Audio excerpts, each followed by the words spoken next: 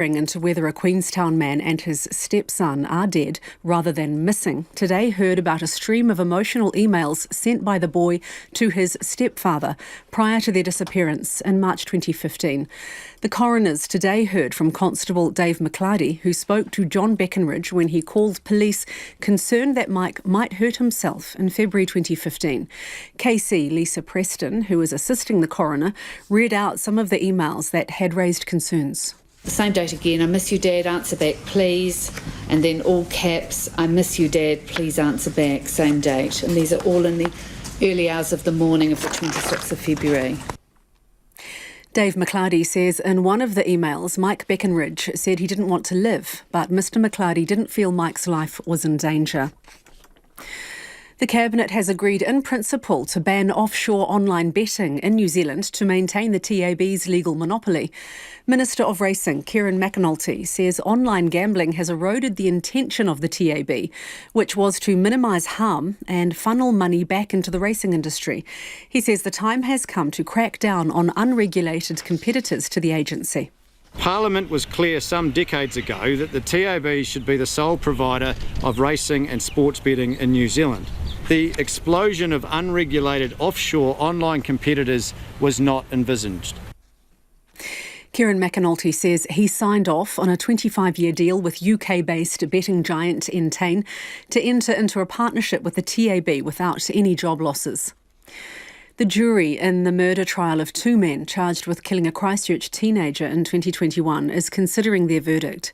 Daniel Nelson Sparks and Joshua David Craig Smith are charged with the murder of 16-year-olds Connor Whitehead outside a party in the suburb of Casebrook in November 2021. The pair have pleaded not guilty and opted not to give evidence during the trial. Justice Melanie Hardland told jurors the onus was on the Crown to prove the case beyond reasonable doubt. It is for the Crown to prove the charge against each of them, and that onus, or burden as we call it, rests with the Crown from start to finish. Mr Smith and Mr Sparks are not required to prove they are innocent. The jury retired this afternoon. The MV Sheeling is safely berthed in Wellington 11 days after it lost power and put out a mayday call near Farewell Spit. The saga has highlighted the lack of ocean-going tugs to respond to a high seas emergency. Maritime New Zealand Incident Controller Kenny Crawford says the organisation will be investigating.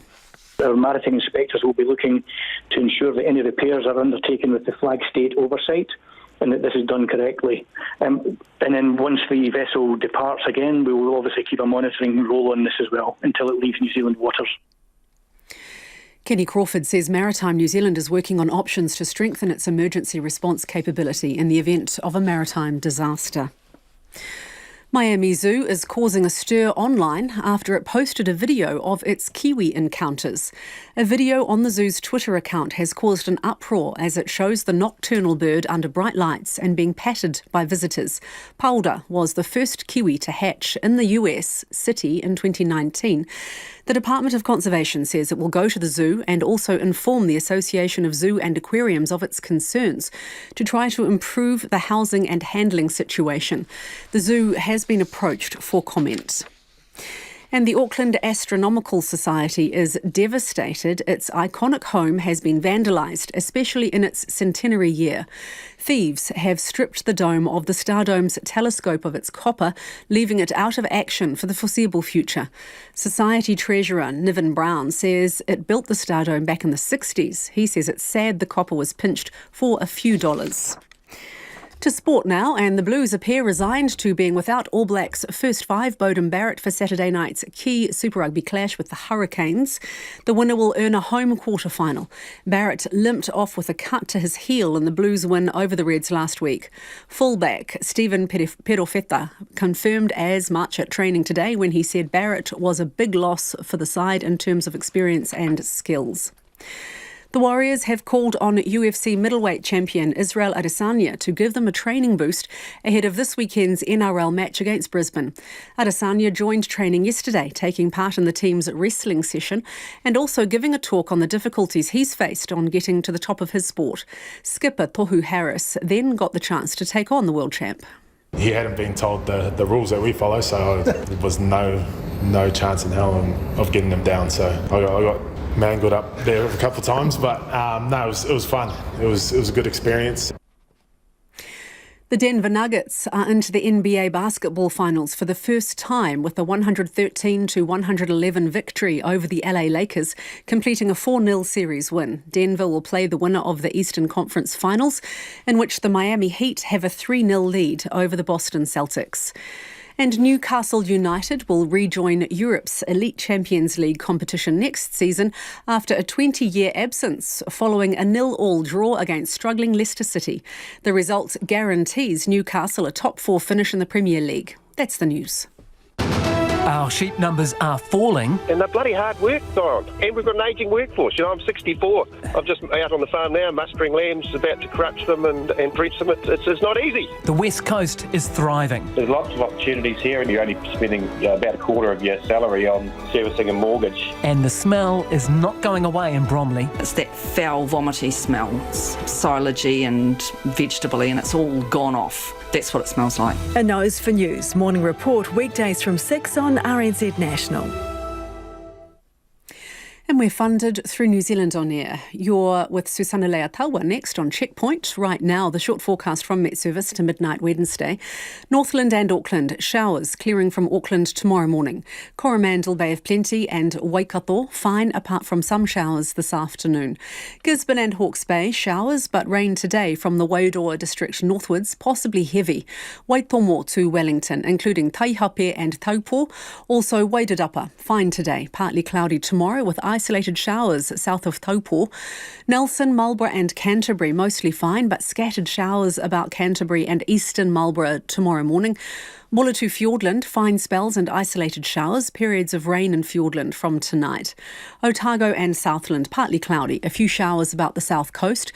Showers spreading throughout the area overnight. Tonight, clearing early tomorrow but returning tomorrow evening.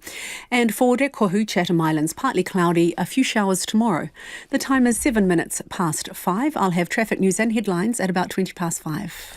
Tēnā koutou katoa, no mai haere mai ki Checkpoint i tēnei rā. Disturbing footage has emerged of a hands-on Kiwi experience at Miami Zoo, where visitors have likened the bird to a puppy.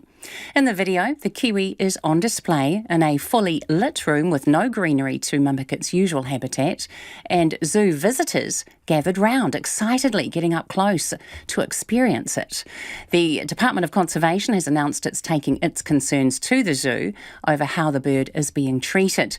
The Kiwi is called Paura, named after iwi leader and environmentalist Paura Haitana. He travelled to Miami for its unveiling there and has told Checkpoint it was never handled like a pet in broad daylight.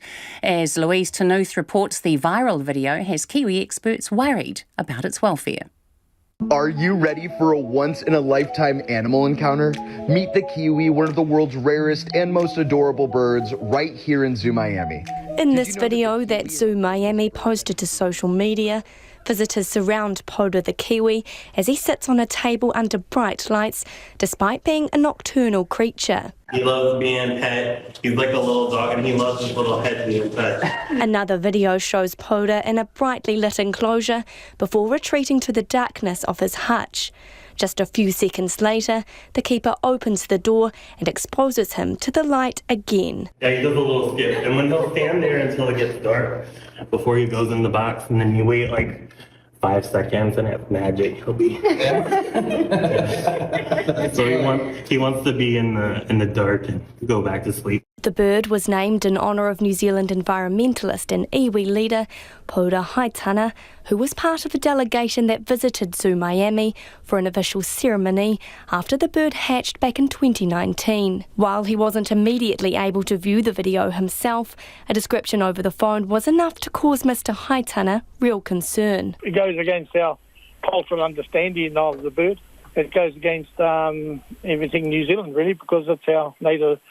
It's our signature. We're known as the Kiwi. So it goes against everything the bird was given to them for.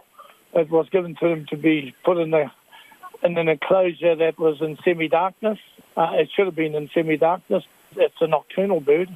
And under bright lights, the bird will have eventually will be blind, I believe. So something needs to be done. He says it was under his understanding that the bird would be looked after in a way that's consistent with how they're cared for in New Zealand. Concerning, yes, definitely concerning. And yes, absolutely, it's a taonga of ours. And absolutely, it was given in good faith that it would be managed, controlled and looked after by Miami Zoo. So that is a concern, huge concern. The zoo's website advertises Kiwi encounters for $25 for an experience guests will cherish forever. But Nairi Sullivan, who works for Kiwi Coast in Northland, says the experience shouldn't be on offer to begin with. Preferably, they should never be handled. They should be able to be out there flourishing in the wild. In particular, the opportunity to touch the kiwi is concerning. I would be extremely careful, especially of their head and their bill, and most importantly, not to handle them around the chest. You just have to be a trained person to be able to handle them safely without causing them life-threatening injury. She says the kiwi should also have been secured while sitting on the table. Department of Conservation guidelines for handling kiwi state: Kiwi must not be regularly taken out of their burrows just for the purposes of allowing people to see and touch them. Individual groups of no more than 10 may observe health checks and transmitted changes on a kiwi, but they must only be handled by an approved kiwi handler. The welfare of the birds must be paramount when kiwi are handled. According to the zoo's website, they offer kiwi encounters 4 times a week. Nairi says none of what happened in Miami would ever happen here. We would never be allowed to do that anywhere in New Zealand. You see all the kiwi houses in New Zealand are nocturnal houses. You have to go in there in the dark. There's no kiwi being scratched on its head in front of you. There's not a kiwi sitting on a table. It's not happening in daylight. So it's very, very far from how we would expect kiwi to be treated. A petition has been set up calling for an investigation into the conditions Poda lives in and to relocate him to another home, with over 2,000 signatures already. It says Kiwis are our precious taonga, not America's toys. That's power, guys. Thank you guys so much for coming. In a statement, DOC says Kiwis in America are managed by the Association of Zoos and Aquariums, and they will be raising questions with Miami Zoo to try and improve the housing and handling situation. Checkpoint has approached Miami Zoo and DOC for comment. That was Louise Tanuth, and you can also see those images of the Kiwi at Miami Zoo. Check out our Facebook, Checkpoint RNZ. Let us know what you think. Text us on 2101 or email checkpoint@rnz.co.nz. Nationals accuse the government of botching its measles catch-up campaign, which saw tens of millions of dollars spent, but reached just 7% of its target. The Office of the Auditor-General says COVID-19 and lockdowns materially affected the campaign, but it also raised questions about a lack of targets and whether more thought should have been given to structuring funding to minimise waste. Health Minister Dr. Ayesha Verrall says the campaign was disrupted for understandable reasons. But ultimately, we didn't deliver the results we wanted to because we were focused on COVID. And in those efforts, we saved the lives of 20,000 New Zealanders in 2020 and 2021. The ministry ordered 350,000 measles vaccines, and many were simply poured down the drain at a cost of $8 million. How do you justify that? Yeah, look, it's not ideal when we have to throw out expired vaccines, but nor is it safe to keep them on the shelf beyond their use-by date. The fact is they went into, with good intentions, planning to address the low rates of vaccination and the huge mobilisation that the health system had to make around COVID, because if we didn't, tens of thousands of people would have died, meant we weren't able to deliver on the measles vaccination campaign. Anyway, the point is now we need to pick up our measles vaccination rates. We have a task force that's given us advice on how to do that, how to make sure that we bring an equitable approach to that, and we're 100% focused on doing that now. But just to recap, Minister, why do you think the measles vaccine wasn't given at the same time as COVID? There was an opportunity there. I think those sorts of decisions are made by the public health professionals that the ministry employ. There are judgments to be made, and often you don't know what the right approach is there. Sometimes we get advice that the types of the types of messages that we're putting out to appeal to people for COVID wouldn't appeal if we put another vaccine in the mix with them. And I'm not certain about that instance with measles, but I know that that is the advice we've had, for example, with COVID and flu. For people who have received a lot of COVID misinformation, we're advised not to offer the flu vaccine and to pair it with COVID, because that'll put some people off. So for that reason, we offer the vaccines separately, though of course you could get them on the same day if you chose to. Understanding the timing with COVID, but it's also been identified that there weren't actually vaccination targets for such a big spend. Why no targets? Well, targets is a really heavily debated area of our health system, but I think the key issue that the Auditor General identified in their report was that that was an incredibly difficult thing to do with the poor information systems that we had at the time. Now, on the upside, one of the good things about COVID is that we've used the fact that we invested so much in information technology for the vaccination register, Book My Vaccine, and the contact tracing. We've now built all of those systems to also incorporate measles. So we have that technology now. We're much more able to reach out and find the people who we need to vaccinate and to be able to reach out to them and to develop systems where Māori and Pacific providers are also enabled through good data to be able to serve their communities too. Speaking about providers, the Auditor General's also identified that providers for the measles vaccination program were continued to be paid even though it was put on ice during COVID. How do you explain that? Yeah, look, I think that we knew that all of those providers were working hard in the COVID response, even if they weren't able to deliver on the measles front. And when you think about it, the very same people were doing that work. So it was a small part of that, but it does need to be the sort of thing that we take time and care with in the future. So the targeted groups, Māori, Pasifika and people aged 15 to 30, they were identified. 300,000 people were also identified to receive the measles vaccination. How are you going to get these people vaccinated now? What we do now is we have much better data on who those people are and where they live and how to contact them. And then we set teams we give them a method of prioritising. That means that we target our outreach services at those who do face the most barriers to accessing care. And so we're often funding Māori and Pacific providers to go out and do that outreach, and we've also upped the price of general practice, the amount we pay to general practice for doing those vaccinations. And how about Tairawhiti? What's the focus going to be there? Because we understand first time around you only reached 28 people. So that is a priority for the recovery, and you would have seen in the public health as part of the recovery spend that we have in Tairawhiti, part of the cyclone response budget, and we're making sure that we continue to support our public health teams and our providers there to do that work. It's sounding a bit vague, Minister. Well, I mean, if you want me to spell it out, it's the same sort of things that happen everywhere. You know, we set targets, we work through the data that we have on who is and who isn't vaccinated. We feed that information out to providers. There's vaccine available. We've brought up a new workforce of vaccinator that is not nurses in order to be able to fill those gaps. There is a lot of work underway across the country. That was Health Minister Dr. Ayesha Verrall. I want to come home, Dad. Get me out, please. Help.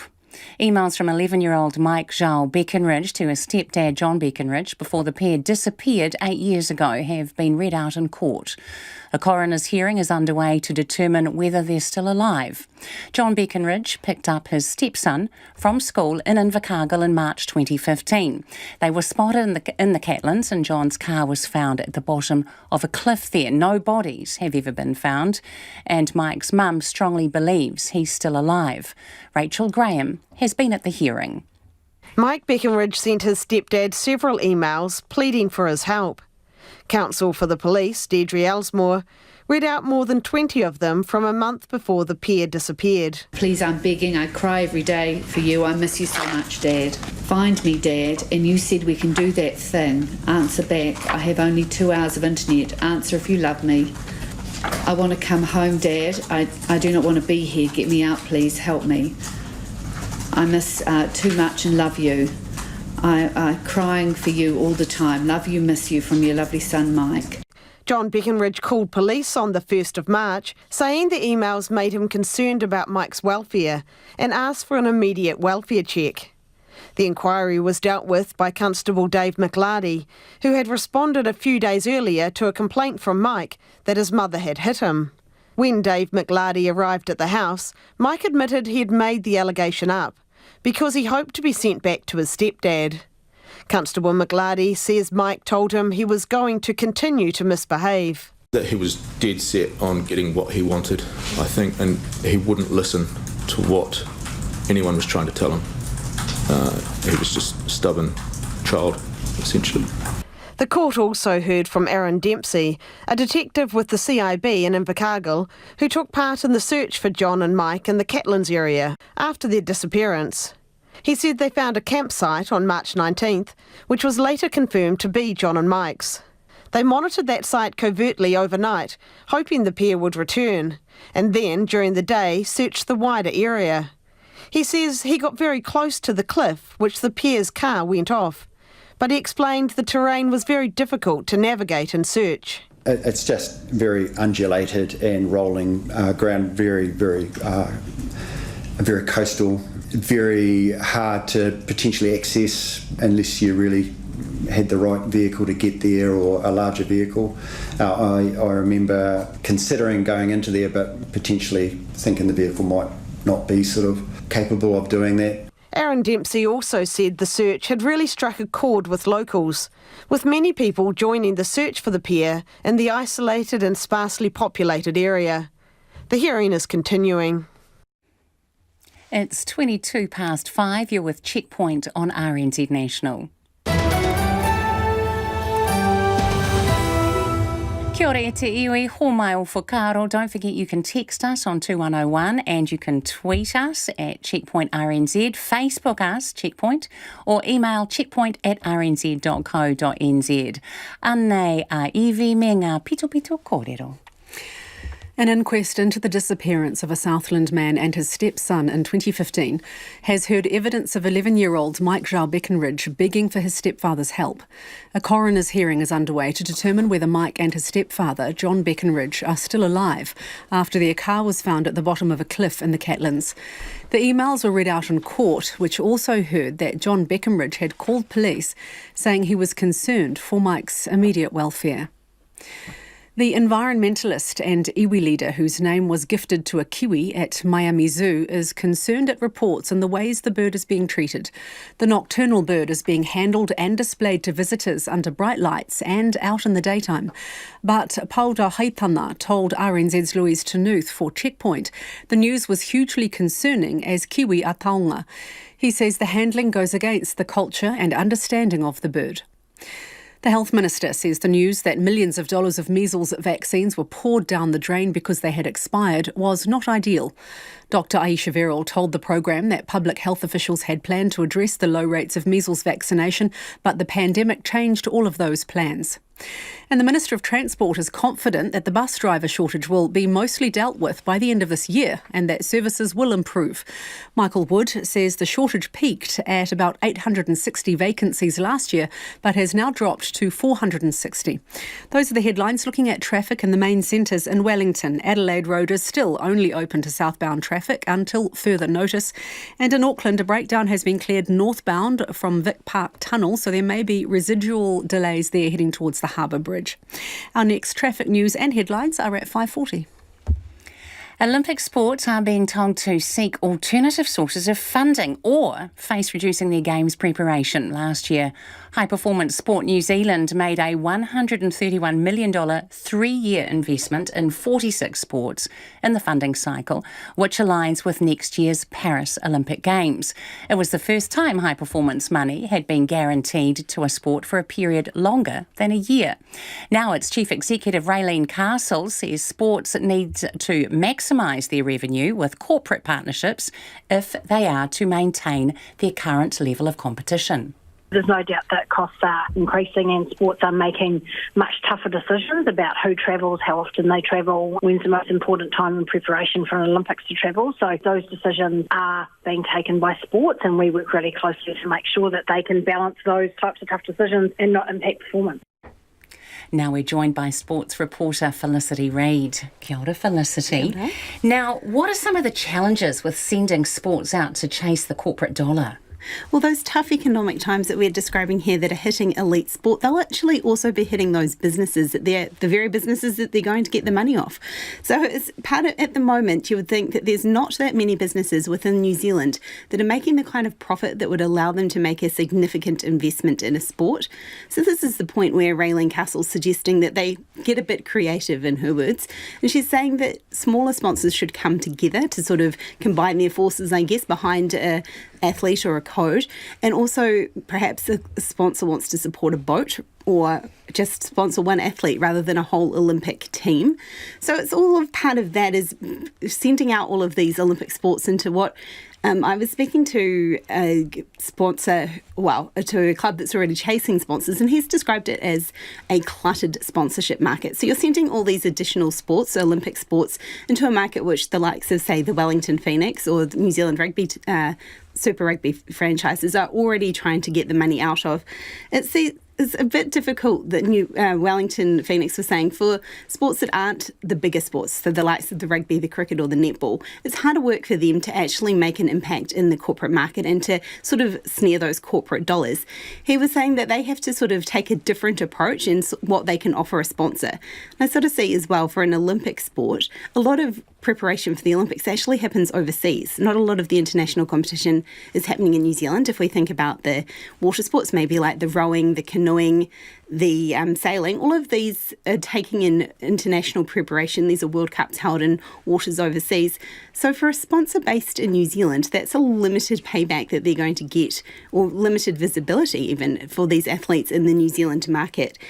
But again, Castle's saying that they should actually be chasing those local sponsors to avoid some of the problems that you get if you take on an international sponsor. We probably know about New Zealand Rugby and the Outrage saga there, I guess. Their front of jersey sponsor from Outrage is owned by a Frenchman who's actually been sentenced on corruption and bribery charges related to rugby. And another one for New Zealand Rugby is INEOS. There's environmental people who are kind of upset with that partnership as well. But it's not just sort of the outside noise that comes into this as well. It's some of these athletes which are starting to stand up for what they, on a moral stance, what they want or don't want to be aligned with. I was speaking with AUT's Dr. Michael Naylor, and he's a specialist in sports marketing, and he's saying that some of these people, you've got to kind of be careful about who you turn your back on in terms of when you're seeking this kind of money, because you could be leaving money on the table if you're trying to take a moral stance rather than just accepting money from sponsors. I was going to say, I mean, even seeking corporate sponsorship, it requires a level of skill. Oh, exactly. And some of these smaller sports may not have the people on their board or involved with them to be seeking the same way that perhaps a different sport full of corporate people or have those already established corporate connections would have. Now, I also understand that an alternative funding source has come to light today. Yes, that's right. The government has okayed for the TAB to be taken over by Entain. So that's a UK betting agency. And so part of that, there's a big deal involved with this, and this links out to what gambling is going to look like in New Zealand, but also for the horse racing industry. But for the part that I was taking a closer look at today, and more relevance, I guess, to what we're talking about here as well, is that they're going to put up an offer It comes over 3 years. It's only one off. It's $15 million funding. So that will go out to national sporting organisations. And I understand that's actually going to have to be split up between 38 different sports. So if you think 38 sports, $15 million, 3 years, it's not a massive amount of money, but it is a boost for these sports who are now having to look different places to find the money. And they're also part of this deal that the TAB is doing. There's going to be a separate $500,000 paid to Sport New Zealand, and that's going to have to be ring-fenced for women's sport as well. So as much as part of this deal, maybe this was a little bit, sports do already rely on the TABs, the likes of basketball, do already get funding from that organisation. As this moves away and as this, it's like a 25-year arrangement that the TAB have got with Entain. So as part of that, I guess maybe softening the blow in some ways as well. This money is coming into sports, but as I say, it's only going to be a one-off. So they're still going to be in this situation of chasing these corporate sponsors in years to come. Good to know, Felicity. Thank you. Thank you very much. A West Auckland community is in shock and saddened that its only NZ Post shop is being forced to close because of repeated attacks on its business. There's been a steady stream of locals arriving at the Titirangi Lotto and Post shop today. Hearing the news, their one-stop shop for everything has to shut its doors. Owner Aboli Bave joins me now. I mean, when things happen 6 weeks apart, one break-in and another ram raid, one just start thinking seriously what to do. What have your customers been saying to you today? Oh, everybody is feeling sorry that we are closing the business and it's permanent closure of the business. So everybody is sorry because a lot of things they can get sorted under one roof, like we do posting, we do lotto, we have stationery, good amount of stationery we have got. I mean, people are not feeling very good that we are closing the doors, but at the end of the day they say do what your mind says, and if you are not feeling comfortable, then no point in continuing. How many times has your business been broken into and ram raided too? Ram raided was first time, and that was the height of it, and I thought we should stop now, but the burglaries were about 5 or 6 times before, and since 2018 the frequency of burglaries has gone up. This is what we noticed. Why do you think that is, Aboli? No clue why it went up from 2018, but 2018 it has happened 4 times, as I remember. And do you just feel unsafe now? Yeah, a bit unsafe, like because in 6 weeks time, first it was burglary in the night time, then second time again night time, but ram raid. So one starts thinking, what will be the next? Will somebody come with a gun, or daytime? Will it happen daytime? So a bit unsafe feeling. The Prime Minister today said that the closure of your shop is heartbreaking and that the level of retail crime is unacceptable. Yes. What would you say to politicians and political leaders? I agree with him. I absolutely agree with him, with his statement. Have any political leaders been in to visit you? Yes, our local MP, she visited us after the ram raid. And we were offered some security measures. But before that, I had made up my mind and I had decided that, no, we will let it go now. We don't want to continue. And everybody feels a bit unsafe, not scared, but unsafe. I mean, my staff is excellent. They are very good. But just that feeling of unsafety. Is there anything, Aboli, that would change your mind or change the feeling that you have that would allow you to feel safer? Changing of the mind is not possible now, Susanna, because we have given notice to New Zealand Post. New Zealand Post has started looking for local businesses to absorb this postal services business in their premises. So things are starting in that direction now. So for us, going back is not possible. But yes, it has to come to an end. This crime has to come to an end. What has New Zealand Post said to you after 18 years? It's a really long relationship. Yes. Even they felt sorry that we are leaving. But, at the end of the day, it was our decision and they just accepted that decision. But they felt sorry for that as well. So what's next for you, Aboli? Haven't decided yet. So then just taking a day at a time, and then maybe after closing, when the time comes, I will decide what to do. Are you sad that it's come to this? Yes, because the community is so good. People are so good here, and I still love coming here and chatting with them. But the ram raid has shaken up a bit. I am shaken up a bit with that ram raid. It's 25 to 6. Kia mau tonu mai. You're listening to Checkpoint on RNZ National. Time for the business news now with Nona Peltier. Nona, greetings. Talofa lava. Talofa, Nona. Now, automotive retail and finance company Turners has reported a strong full-year result. What did it make? It made an increase in its revenues, net sales, so it was a record. But their net profit, which is the bottom line, was down 10%, and that's because the year earlier they had some gains from some financial instruments, interest and so forth.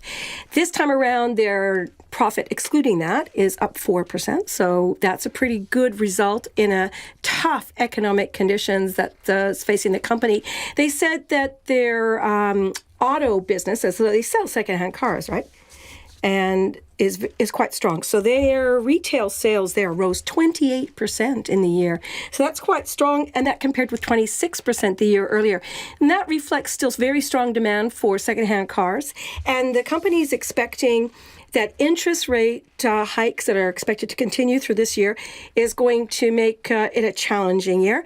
But they have a big goal of reaching an underlying profit of $50 million by 2025. They say it may take a little bit longer because of the interest rate hikes, but they're still tracking towards it. This time around, they were at 45.5.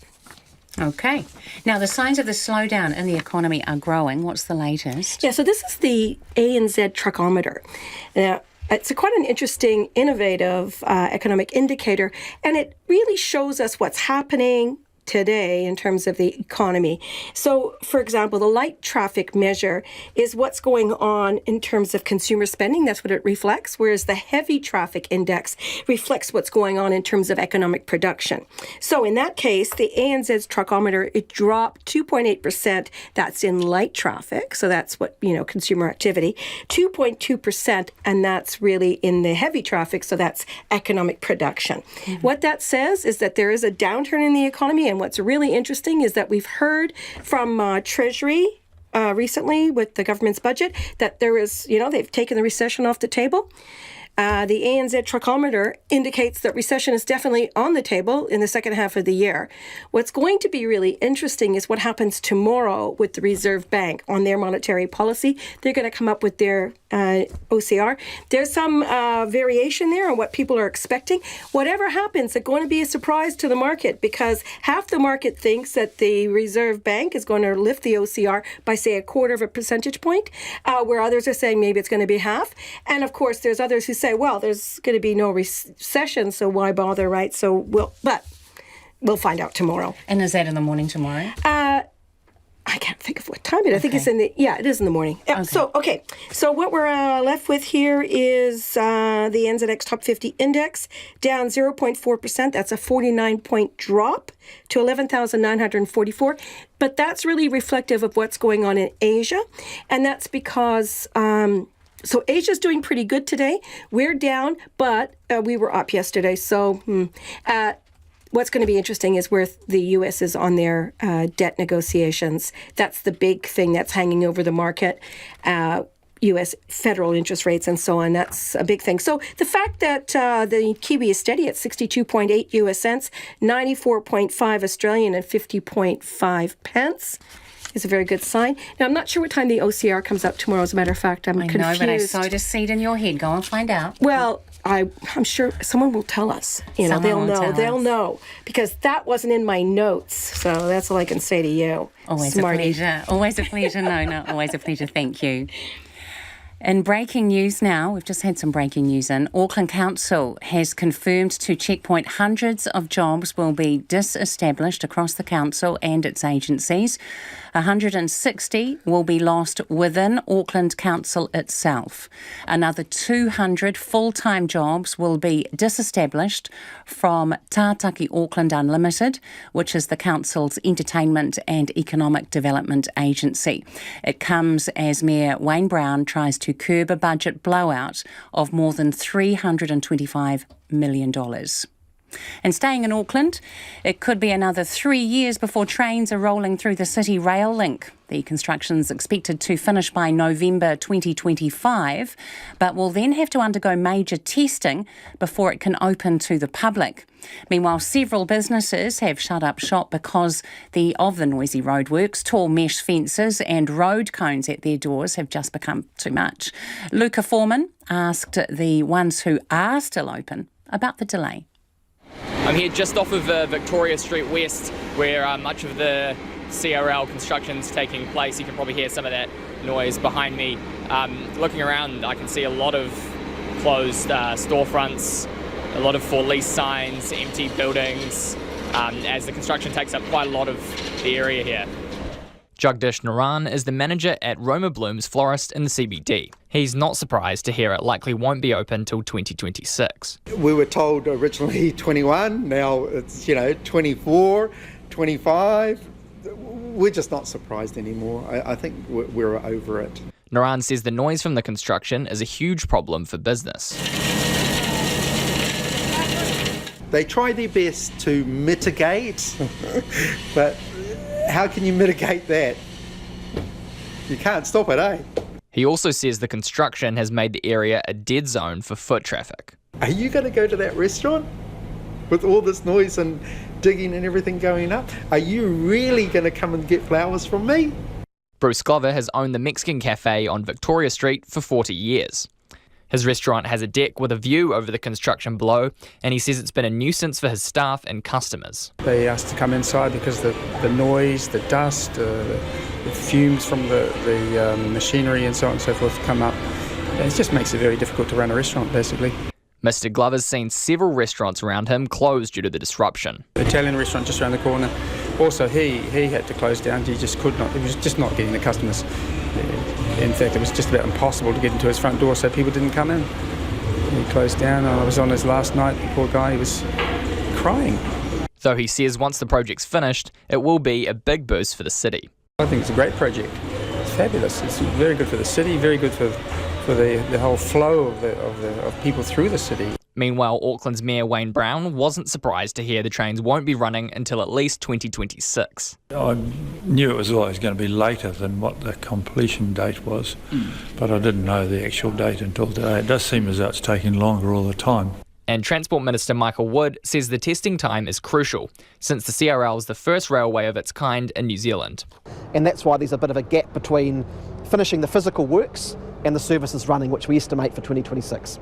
Minister Wood says the construction hoardings around Victoria Street businesses will be taken down as soon as they can be, but couldn't say when. It won't be that we get to a single date in, say, 2024 or 2025 and we go from all of them being up to all of them being down. There will be a progressive removal of the hoardings when we're able to. Though this will give little solace for the businesses who have to keep dealing with the fallout of the works in the meantime. It's 17 minutes to 6. You're with Checkpoint on RNZ National.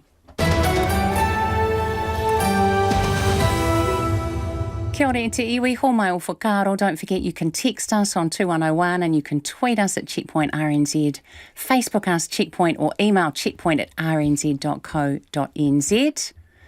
Evie now with the headlines. Kia ora, Susanna. The Health Minister says the health agency is working hard to increase measles vaccinations after millions of dollars of vaccines were poured down the drain because they'd expired.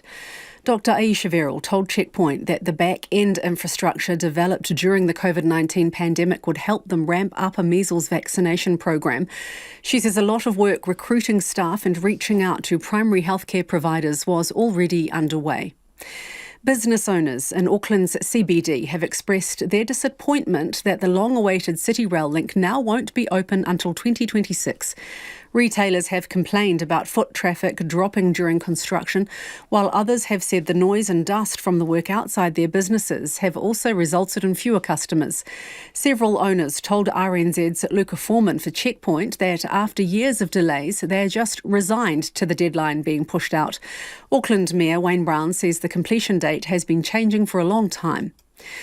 The owner of a West Auckland NZ Post shop that's closing because of repeated attacks on its business says many locals have been saying how sorry they are.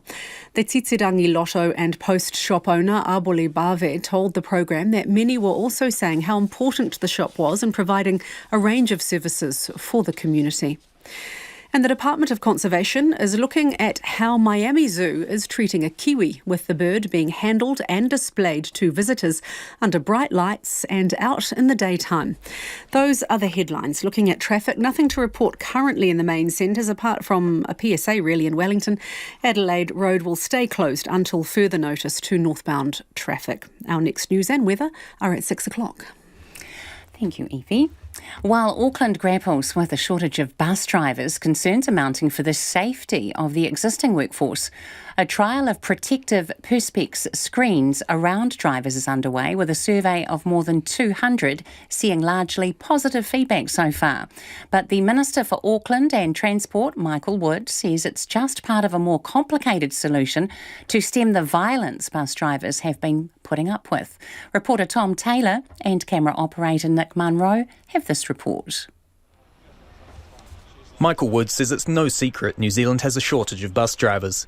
While there have been some inroads since the end of last year, there's still 460 drivers short across the country, just under 300 of those needed in Auckland. Mayor Wayne Brown today committed to raising driver wages by about $2 to $30 an hour, a move he hopes will plug this gap further. But after a spate of violence towards drivers, it's safety that's one of the main sources of anxiety for potential recruits. Michael Wood says that since COVID, there's been a marked increase in the level of aggression towards bus drivers, and he says it's not good enough. Where that behaviour occurs and where perpetrators are found, that will be dealt with properly through the criminal justice system. And I want to send that really clear message out. There is never any excuse.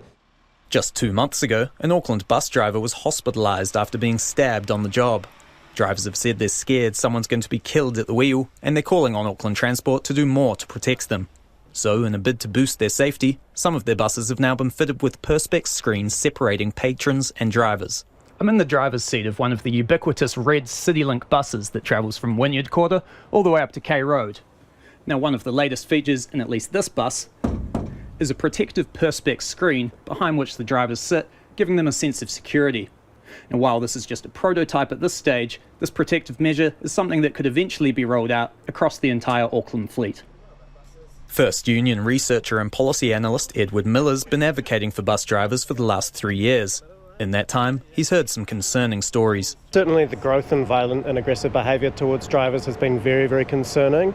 That don't feel particularly safe on the job, and it's these issues have always kind of been here, but the growth in that behaviour has been pretty significant, so a need for some kind of intervention. He says while the protective screens are a step in the right direction, there are still some issues to be worked through, including the risk of drivers getting stuck behind the screens in an emergency. On the face of it, they don't seem to address those concerns about drivers being trapped in there. So if these address 80% of the issues, then that would be a positive, but they need to be trialled thoroughly so that drivers know whether they're actually going to be beneficial or whether they create other issues. Mr. Miller says an additional exit on the driver's side could help to address these concerns. Driver Alan Chong agrees there are some potential hitches, including glare from the perspex affecting drivers' vision. And whilst he hasn't been a victim of violence himself, many of his colleagues have been. He says he often gets intoxicated and aggressive people boarding his bus. Ellen says the inner city routes are by far the worst, singling out the CityLink buses as a good place to implement the protective screens first. Many will happen in between Queen Street all the way to K Road and then back to the city. So this is the area that a lot of people are moving around, and that's a lot of accidents happen in this area as well. Ellen was named NZ Bus's Employee of the Year in 2022. The veteran driver says whilst drivers are taught to avoid confrontation, many customers aren't paying for their rides.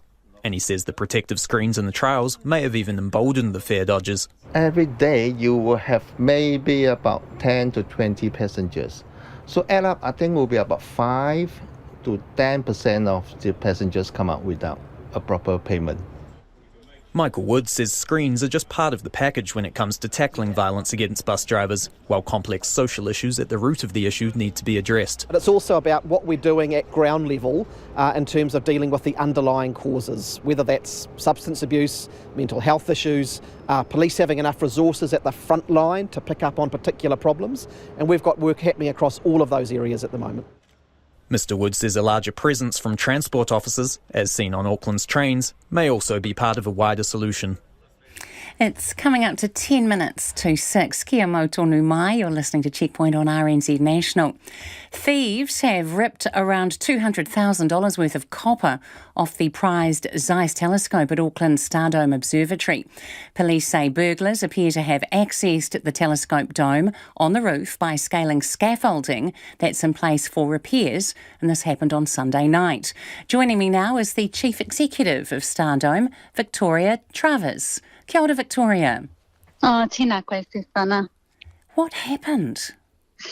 Oh, yeah. So in the early hours of Sunday night, Monday morning, where somebody broke into the site, it's entirely secured with great big fencing, scaled the fence, came out the scaffolding, and our beautiful dome over our Zeiss telescope that's been there since 1967, copper domed. They came in and pretty much hacked away at it and pulled about sort of 50 to 70% of the copper off, rolled it up into great big balls, and we think threw it off the roof to probably some waiting vehicles. But incredibly sort of just such a brutal thing to see when we arrived at work on Monday morning.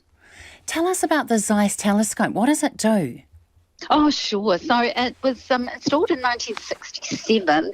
It's a really significant telescope, and it was donated by Edith Winstone Blackwell, and she wanted the people of Tamaki Makaurau, Auckland, to be able to have access to a significant telescope to be able to gaze to the heavens. So it's really large. There's about sort of 20 to 25 of them around the world. They were made by the Zeiss Optics in the previous East Germany in the late 60s, and so it was installed for us, imported here in 1967. So some of our volunteers were actually here when it was first installed. So all the staff are deeply affected, and many of those volunteers as well.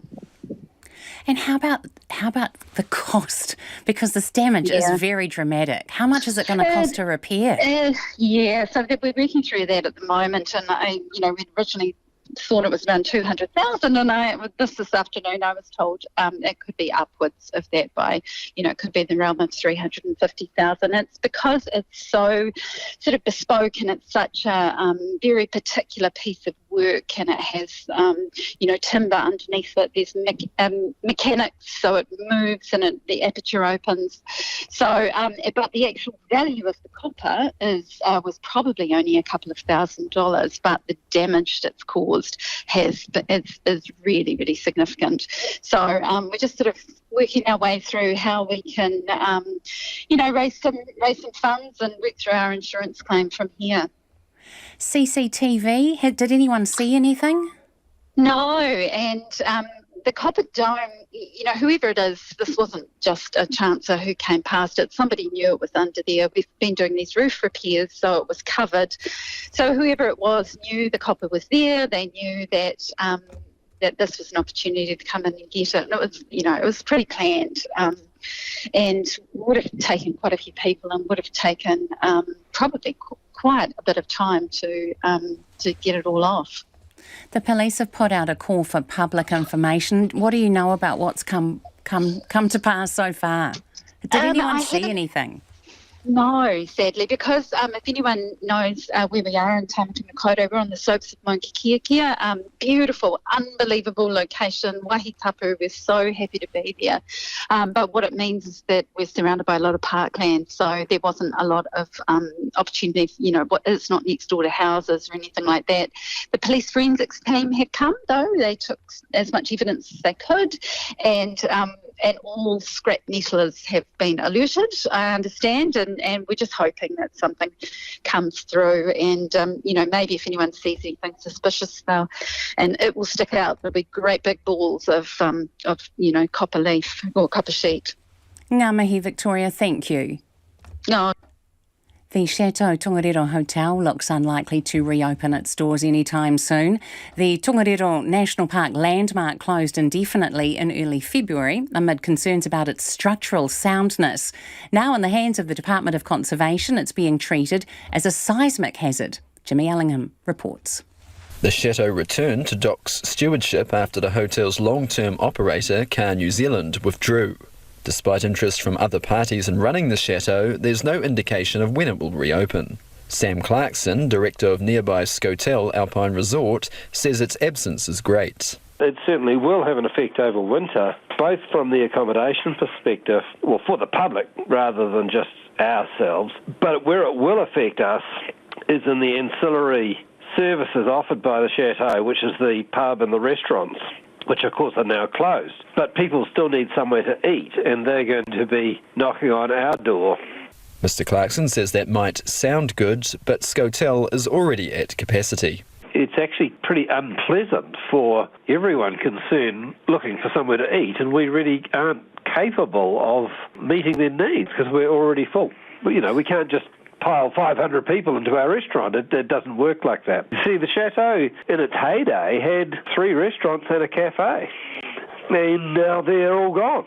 Car's 30-year lease expired in April 2020, but it continued running the chateau until this year. When doing due diligence about a possible lease renewal, it sought a seismic assessment which found concerns. However, the report's exact contents aren't known. What needs to happen is to understand what was going on with seismic reports, something that nobody's seen, and get a handle on just what state the property is in, and then make appropriate decisions. Mr Clarkson is clear about the effect of the indefinite closure. It just makes the place run down, and there's ongoing ripple effect to local families because they don't have jobs. It's just negative all round. I mean, it's an iconic building and needs and deserves to be run, well, hopefully by New Zealand entities who put the love into it that it requires. The Ruapehu Mayor, Weston Curtin, says DOC is doing its own seismic review of the chateau. So we're waiting with some anxiety, I guess, in that respect to see what level of earthquake strengthening is needed for that particular building. So once we know those results, then we'll be discussing, I guess, with DOC as to where to from here. And while the short-term future is uncertain, it appears there is interest in the chateau long-term. We know that there are a number of people that are interested in this operation and meaningful people that have some experience in hospitality and hotel business. So we know that they'll be negotiating with local iwi and other stakeholders, and hopefully over time, in the short space of time, we should know what planning DOC have. In a statement, DOC's Deputy Director, General Organisation Support, Mike Tully, confirmed it had received inquiries from interested parties. He says DOC will be in touch with them when it's able to discuss the chateau's future. These are his words, but not his voice. We are currently working with the former lessee to finalise matters relating to the previous lease. We are also gathering information about the condition of the chateau, including potential seismic risks. Once we have resolved outstanding conditions with the former lessee and have more information on the condition of the building, we will be in a position to make decisions about the building's future. That information includes its seismic status. Until we receive a detailed seismic assessment, we do not know the seismic risks with the building. We are currently treating the building as a seismic hazard until we know more. Mr Tully says CAR has not provided DOC with its seismic assessment. He says DOC's working with CAR on end-of-lease arrangements. Meanwhile, the building isn't being left to decay. We have commissioned an assessment of the building's condition, which will inform immediate repair and maintenance work. We have maintenance staff working Monday to Friday, covering off routine maintenance checks and responding to urgent issues such as leaky pipes. Checkpoint contacted Car's parent company, Bayview International, for comment, but hasn't heard back. Time now for some of your feedback regarding the Kiwi at Miami Zoo. I'm shocked and upset at the mistreatment of Aotearoa's taonga, and the poor Kiwis looked stressed and mishandled. Return our taonga I naenei. And then regarding measles and what's happening with the vaccination campaign. Practice nurses vaccinate against measles. We are short-staffed and underpaid. How are we supposed to up vaccination rates? Listening to Dr. Verrall, it sounded as if she said that the providers who didn't give the measles vaccine were paid because they were the same providers that were giving the COVID vaccine anyway. Should we imagine that they also got paid for giving the COVID vaccine? Sounds like double dipping to me. That's from Lee. Thanks for that, Lee. And then regarding the closing of Titirangi's Lotto and Post shop, this is such a tragic, familiar story and should never happen. However, their health and safety and welfare is crucial.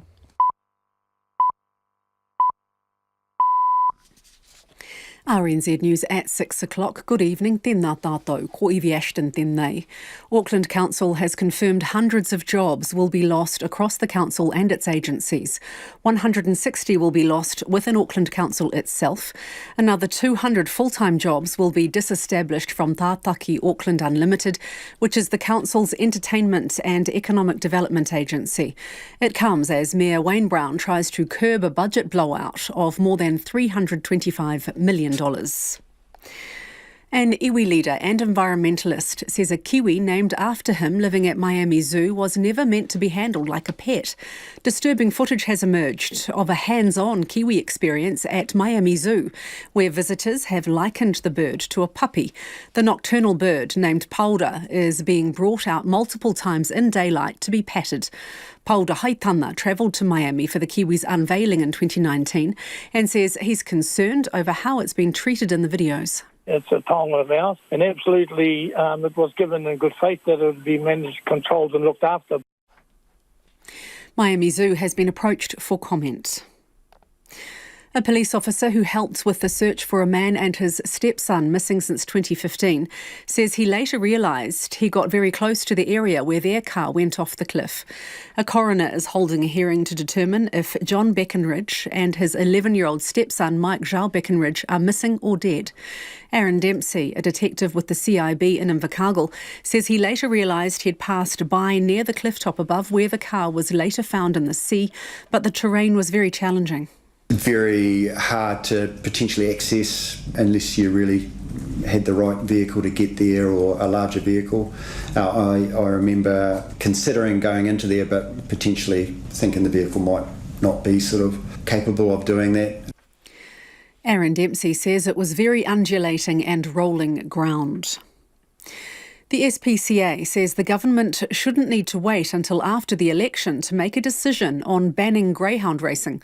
The Racing Integrity Board has released its report into the future of the industry, which the Racing Minister says makes clear the only options are continuing under strict conditions or closure.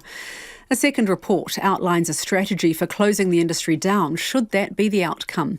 SPCA Animal Welfare Scientific Officer Marie Beckenridge says there is no logical reason for the industry to continue. We think that the government has what it needs to make a decision now. All the information is out there, not just this report, but things like the Petition Select Committee report, all of that. It's all pointing in one direction. The SPCA will be meeting with the Racing Minister next month to discuss the reports. The Health Minister says officials are now totally focused on getting more people vaccinated against measles after a failed multi-million-dollar campaign that reached just 7% of its target. The $32 million program resulted in just 24,000 people receiving the jab at a cost of $1,300 per vaccination. Ayesha Verrall told Checkpoint that COVID was a huge disruption, which those planning the measles campaign could do nothing about. The fact is they went into with good intentions, planning to address the low rates of vaccination and the huge mobilisation that the health system had to make around COVID, because if we didn't, tens of thousands of people would have died, meant we weren't able to deliver on the measles vaccination campaign. Waka Kotahi says 6 more Bailey bridges are planned for the East Coast, having installed 4 temporary bridges already. 3 are on council-managed roads and 1 is on the state highway network at Waikaria Gorge between Wairoa and Napier. The Transport Agency says there are enough components on hand to fulfil the current need. The bridges are manufactured locally and stored in Hastings and in Christchurch. A longer Maybe bridge from Australia is needed for Bushy Knoll Road, west of Gisborne. Writer E. Jean Carroll is asking a judge to amend her defamation case against former President Donald Trump to seek further damages after he repeated his statements at a gathering broadcast by CNN. Mr. Trump was found guilty of sexually abusing Ms. Carroll in the 1990s this month by a civil jury verdict. The following day, Mr. Trump repeated his defamatory statements and demeaned Ms. Carroll at a town hall appearance. And the Auckland Astronomical Society is devastated. Its iconic home has been vandalised, especially in its centenary year. Thieves have stripped the Stardome's telescope dome of its copper, leaving it out of action for the foreseeable future. Society Treasurer Niven Brown says it built the Stardome back in the 60s. So it's very dear to our heart, and we are based at Stardome, so it's our home as much as anyone's, and feel the way anyone would feel if their home was vandalised. Niven Brown says it's sad the copper was pinched for a few dollars. That's the news. Tomorrow on Afternoons with Jesse Mulligan, what if is a question that haunts investigators and family members who lost loved ones in the Oklahoma City bombing. They wonder if information from an unlikely spy may have prevented the attack. Carol Howe came from a wealthy country club kind of family. She joined the neo-Nazi movement, then turned government informant. Could her information have prevented the bombing? John Ronson on his latest investigation tomorrow on RNZ National. Kei te whakarongo mai koe ki te reo irirangi o Aotearoa. You are with Susana Leatawa next on Checkpoint. Right now, the short forecast from Met Service to midnight Wednesday. Northland and Auckland, showers clearing from Auckland tomorrow morning. Coromandel, Bay of Plenty and Waikato, mainly fine. Isolated Coromandel showers clear this evening. Isolated showers in the Coromandel clear this evening, I think that's supposed to say. Gisborne and Hawke's Bay, showers but rain today from the Wairoa district northwards, possibly heavy. Waitomo to Wellington, including Taihape and Taupo, also for Wairarapa, fine today. Partly cloudy tomorrow with isolated showers south of Taupo. Nelson, Marlborough and Canterbury, mostly fine but scattered showers about Canterbury and eastern Marlborough tomorrow morning. Buller to Fiordland, fine spells and isolated showers but periods of rain in Fiordland. Otago and Southland, partly cloudy, showers about the south coast spreading throughout the area overnight tonight, clearing early tomorrow but returning tomorrow evening. And for Chatham Islands, Rekohu, partly cloudy, a few showers tomorrow. The time has just gone 7 minutes past 6. I'll have news headlines for you at 6:30. Kia ora, Evie. No mai hoki mai. The stricken cargo ship MV Shiling has returned to Wellington Harbour almost 2 weeks after it set sail for Singapore for urgent repair work. The ship was forced to make a mayday call when it lost power and was left rolling in rough seas off Farewell Spit 11 days ago. The saga led to renewed calls for adequate support vessels in a maritime disaster. Samantha G has more. Onlookers turned up along Wellington's south coast to watch the Shiling towed to safety. I saw the news online and thought I'd come down for a look and heard about the Shilling getting stranded out at sea, so it was good to come down and see it arrive safely in the harbour on a glorious Wellington day. Wellington's 2 port tugs, clearly much smaller than the Scandi Emerald. Some saying the incident reinforces the need for a vessel with ocean-going capabilities. Just from a strategic point of view, I mean, we were very lucky having this one out here. That was up in New Plymouth, and that was pure chance.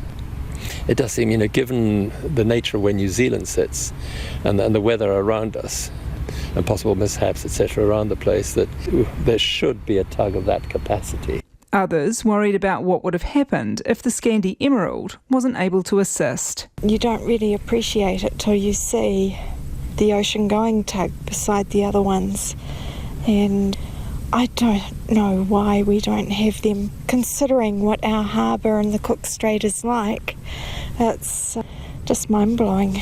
Maritime New Zealand Incident Controller Kenny Crawford says it's working on options to strengthen its emergency response capability in the event of a maritime disaster. Those options will be presented to government by the end of the year. New Zealand is not alone in this situation here. This is a common problem in the world, and it depends on where you have the problem, what kind of incident it is. Maritime New Zealand and Singaporean authorities will be investigating the incident. The Transport Accident Investigation Commission opened an inquiry after the Shiling's first breakdown in April. In need of major repair work, it's not known how long the Shiling will remain in Wellington. Our maritime inspectors will be looking to ensure that any repairs are undertaken with the flag state oversight and that this is done correctly. And then once the vessel departs again, we will obviously keep a monitoring role on this as well until it leaves New Zealand waters. Wellington Harbour Master Grant Nalder says the Shiling's breakdown is one of several serious incidents in recent times. We've had, in the last 12 months, a bulk carrier off the west coast. We've had the Kaitaki on the south coast, and now we've had the Shiling that, had she been allowed to drift, was heading up towards the Taranaki coastline, not actually that far from the Maui B oil rig. He's scoping what an open ocean tug for the capital might look like. If we had a tug in Cook Strait, how big does it need to be?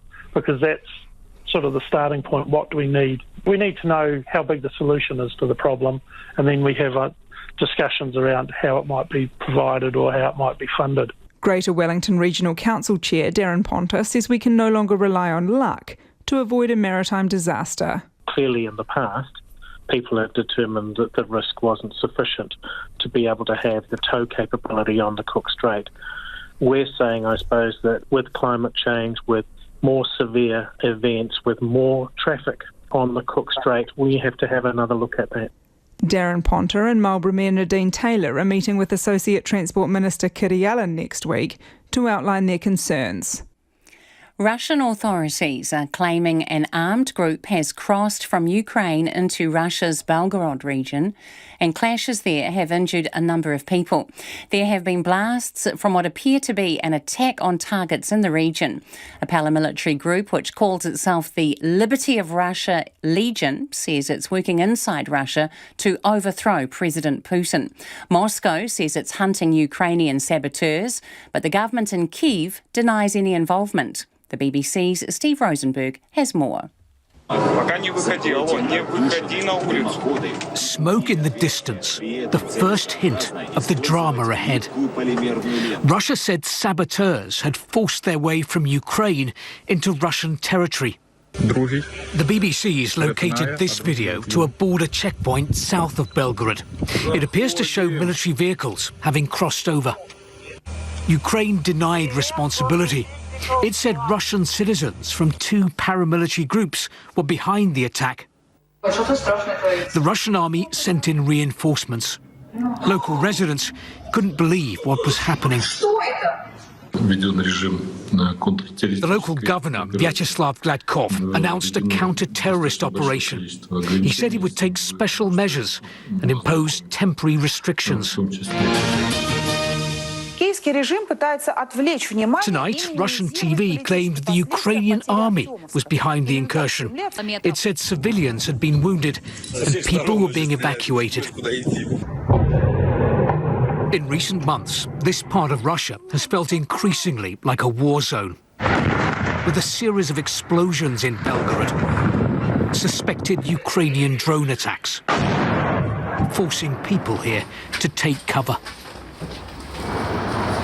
Attacks on Russian territory are putting the Kremlin under pressure.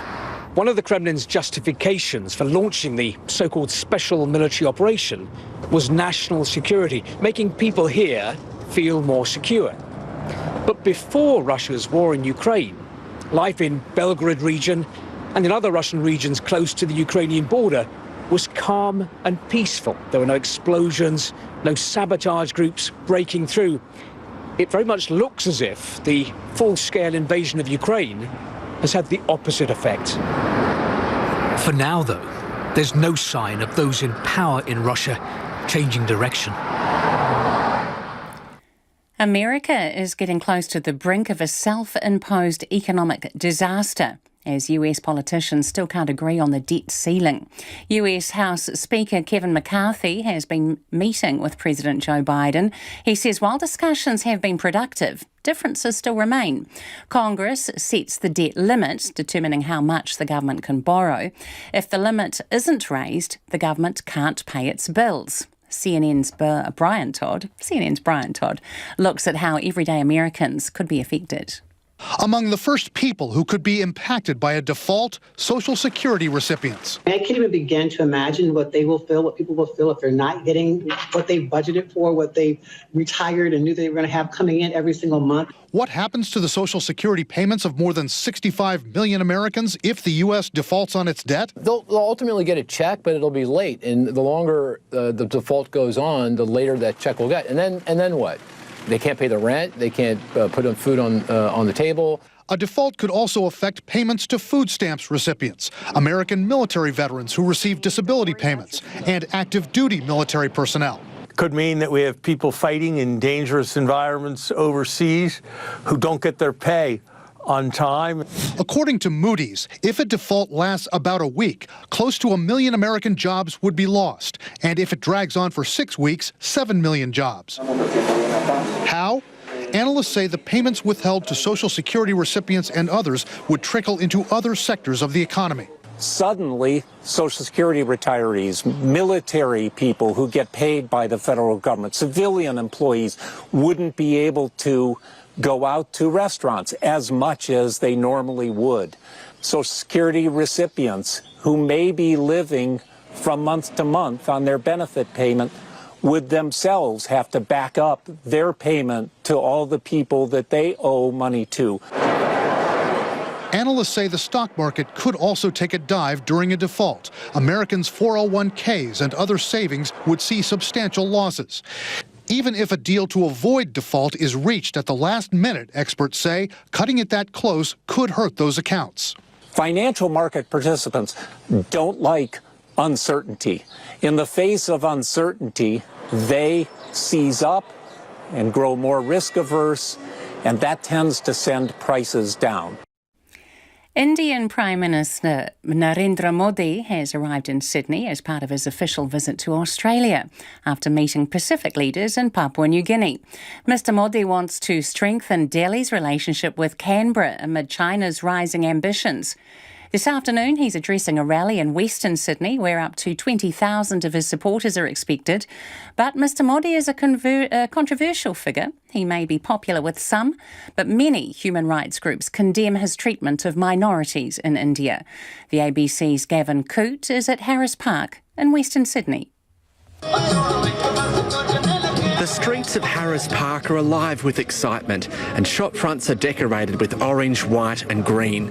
This Western Sydney suburb is known as Little India. About half of its residents and the vast majority of businesses are of Indian background.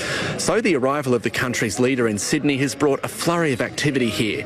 Sanjay Deshwal is with the Little India Harris Park Business Association. Australian-Indian relations have never been so better. Apart from the curries and cricket, there was not much in common, but now the trade is increasing, number of Indians are increasing, number of Indian students are increasing. And this is so befitting now to have a Little India Gate and this suburb to be known as Little India Harris Park. The trade will boom after his visit. And I would say, being the president of Little India Harris Park, I would love to be here, to him to be here. India's diaspora is huge in Australia as well. Is this an important moment as well, I guess, for Australia to recognise the contribution that Indians have made to Australia? See, Australia is a very lucky country, and I must say a very fair country. Whether it was Greeks, whether it was Italians, whether it was Lebanese people who came, whether it was Indians or Sri Lankans who came, Australia gives you opportunity to grow. And it's a beautiful country, and Australian-Indian relations are growing. So I think so Australia is doing good in promoting India. In his first visit to Australia in almost a decade, Narendra Modi will tonight address a rally which is expected to attract about 20,000 people. Just down the street here in Harris Park, an Indian bar and grill has been working through the night to get meals prepared for the large crowds expected. The bar and grill co-owner, Vipin Punya, says there's a big catering job ahead. We'll be making around 20 20,000 meals, to serve at the event tonight. So everybody is exhausted and tired, but evenly excited too. So I'm seeing cauldrons full of curry. Well, what are you cooking in there? We're doing 4 or 5 kind of different Indian street food, and it's called samosa, chole kulche, this aloo tikki burger, all vegetarian, so we're gonna keep it just vegetarian meals. So What does this visit mean, do you think, for Indian people in Australia? It's actually big. So the community we're having here is quite large now. So and he's our favorite leader. And while US President Joe Biden's cancellation of his Australian visit has meant the Quad Summit won't go ahead, the Indian PM's arrival was always going to be the spectacle for Harris Park locals like Ramesh Sharma. He owns a vegetarian sweet shop on the main street. I woke up very early today due to excitement, and of course we're going just now straight to the arena where he will be performing, and last time when he was here 9 years ago, so we were a part of that as well in a big way. So it will be all-time high, the business and the ties and the friendship between Australia and India, which never felt or seen before. But not all Indian Australians are happy about Narendra Modi's arrival. He remains a polarising figure both at home and abroad, and human rights groups argue his government has tightened its grip on civil freedoms in India. Hindu temples in Western Sydney have been vandalised, and provocative posters have called for Mr Modi's arrest. Sanjay Deshwal says he'll support whoever is Prime Minister. In cricket, when it plays, I'll definitely go for India first, but after that I'll support Australia. But domestic policies, please understand, we have a very bipartisan approach. We welcome him as a head of the state of India, which is important for Australian Indian diaspora. It's 6:20. You're with Checkpoint on RNZ National. The only black Republican member of the United States Senate, Tim Scott, has announced he's running for his party's nomination to become their presidential election candidate next year. He joins the former president, Donald Trump, and the former South Carolina governor, Nikki Haley, in an already crowded Republican field. CNN's Ava McKend has more on his pitch to voters.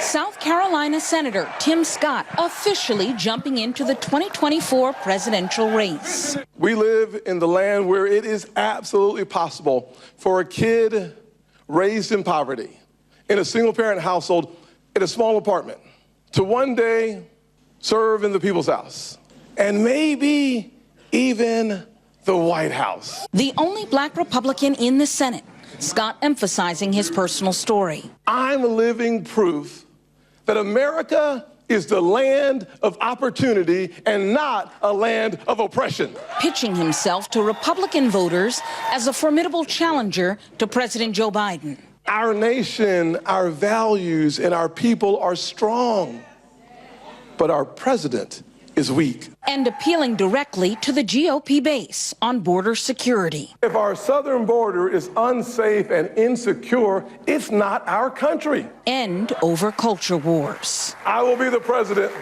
who destroys the liberal lie that America is an evil country. Scott joins a growing field of GOP hopefuls, including former South Carolina Governor Nikki Haley, who appointed Scott to the Senate in 2012, and former President Donald Trump, who congratulated Scott, writing, "Tim is a big step up from Ron DeSanctimonious, who is totally unelectable," choosing instead to go after Florida Governor Ron DeSantis, who is expected to announce his bid in the coming days. Our party and our nation are standing at a time for choosing. Scott striking a more optimistic message, setting up a contrast with Trump and DeSantis. Victimhood or victory? Grievance or greatness? I choose freedom and hope and opportunity. Will you choose it with me? The King, Queen and Princess of Wales have attended the Chelsea Flower Show as the world-famous event marks its 110th year. There are more women exhibitors than ever before, and the show has hosted its first wedding. The BBC's Daniela Ralph was there. Chelsea Flower Show was one of his mother's favourite places to visit. She came more than 50 times during her reign. I do watch these rocks here. Today, the King and Queen Camilla took on her legacy here. Come this way, come this way, come this way. Hi everyone, nice to meet you. What city are you from? Earlier, it was the turn of the Princess of Wales. She hosted a picnic with school children and told them about Prince Louis's early gardening efforts. Louis growing broad beans. You've grown broad beans at school. You put them in a cup and then you can see all the roots growing. It was then a princess as show guide, taking some of the children around Chelsea. Having them here was her idea and likely to become a regular event.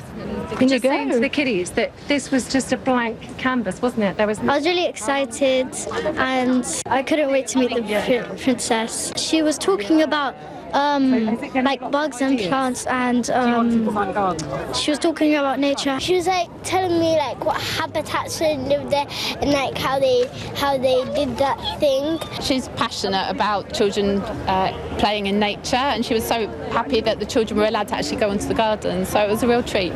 The spectacle of Chelsea was on full display, with the gardens ready for judging and plenty of celebrities looking for tips. I love my garden at home. I'm not that knowledgeable. During lockdown, I did a lot. I'm good at chopping logs. That's what I'm good at. Good with my axe. I'm a keen but hopeless gardener, and I come here to get inspiration and flashes of complete beauty. I'm just gathering ideas, you know. You see something and you think, I must have that in the garden next year. It's just a place for ideas and talking to experts. There was a Chelsea first too, a wedding. On the garden he created, designer Manoj Malde married his partner Clive Gilmore. Now legally united in marriage, and so congratulations, if you wish, and kiss the groom. The Garden of Unity has been designed as a garden for everyone, whoever you are, wherever you're from. Look at me, I'm here creating gardens. We've had a gay marriage here. It's a wonderful place to be. Every garden needs to have a life beyond Chelsea. After this week's show, many will be moved to schools, hospitals and community spaces. And in news just to hand, lawyers for the family of a Christchurch-born man shot dead by US police say they have reached a $19 million settlement in the case. 2 police officers were facing criminal charges after Christian Glass was shot 5 times in his car during an apparent mental health crisis near Denver last June. Lawyers for Glass's parents, Simon and Sally Glass, say they have reached agreements to settle all claims relating to the death of their son for the amount of $19 million. The settlement is with Clear Creek County, the state of Colorado, the town of Georgetown, and the city of Idaho Springs. The lawyers say the size of the settlement reflects the immense wrong and injustice committed by the officers that killed Mr. Glass, whose death has broken his family and left an immeasurable void. Finally tonight, it was like a scene from a horror movie. A Florida man got the fright of his life when he went to the bathroom only to find an iguana in his toilet. Franklin White has more. I thought I was in Jurassic Park or something. For 58-year-old John Riddle, this particular trip to his restroom left him freaked out. He was splashing and hissing at me. And frightened. I was scared. I'm not a reptile fan. The iguana was right here. It happened Friday at his Hollywood home off North Hills Drive when he noticed the bathroom door off his pool deck was still open. So when he went to close it, he saw this sitting in his toilet. That's when it turned around and opened its mouth. And that's all I needed to see to back off for a minute and figure out what was going on. He says the iguana then went deeper into the toilet. And while trying his best to stay calm and figure out what to do next, he grabbed a nearby baby gate to keep it from sneaking out and running into his bedroom. I came back probably a little bit less than an hour later, and there he was again, splashing around. This is my chance. And I was trying to work up the nerve to grab him and throw him out. But before I did that, he crawled out and crawled like behind the toilet. And that's when I grabbed the strainer and shoot him out. It then dove into his pool and eventually ran into the backyard. John believes the iguana got in when he left the door open while walking his dogs. A lesson, he says, he has definitely learned. It's a story to tell for sure. Hopefully we can avoid any instances in the future. Well, just a little bit of feedback before we go tonight. New Zealand, this is regarding the Kiwi and the zoo in Miami. New Zealand shouldn't be so self-righteous and judgmental about the zoo doing this when we allow, by our inaction, thousands of Kiwi to be slaughtered every year by stoats and wild dogs in our forests. And no wonder the Chinese government is so judicious where its pandas end up. The Americans' mistreatment of the Kiwi proves why we should not be sending these birds overseas. Maybe there's a reason why Kiwis can't fly. That's from Frank in Upper Hutt. Thank you, Frank. Regarding the closing of the post shop in Titirangi, they closed the Palmerston North City Centre post shop and Lotto a few months ago. It was right beside the bus terminal. Now it's a 2k walk to the nearest post shop. Well, that's us. That's it from us. The late news team will keep you updated throughout the night. And if you missed anything from the show, you can find Checkpoint on Spotify, Apple, or wherever you get your podcasts. Ko te kaupapa tuatahi a pōpō, and tomorrow from 5 on First Up, a dream comes true for an Auckland photographer after a missing camera turns up years after it was lost. That's Checkpoint from this evening.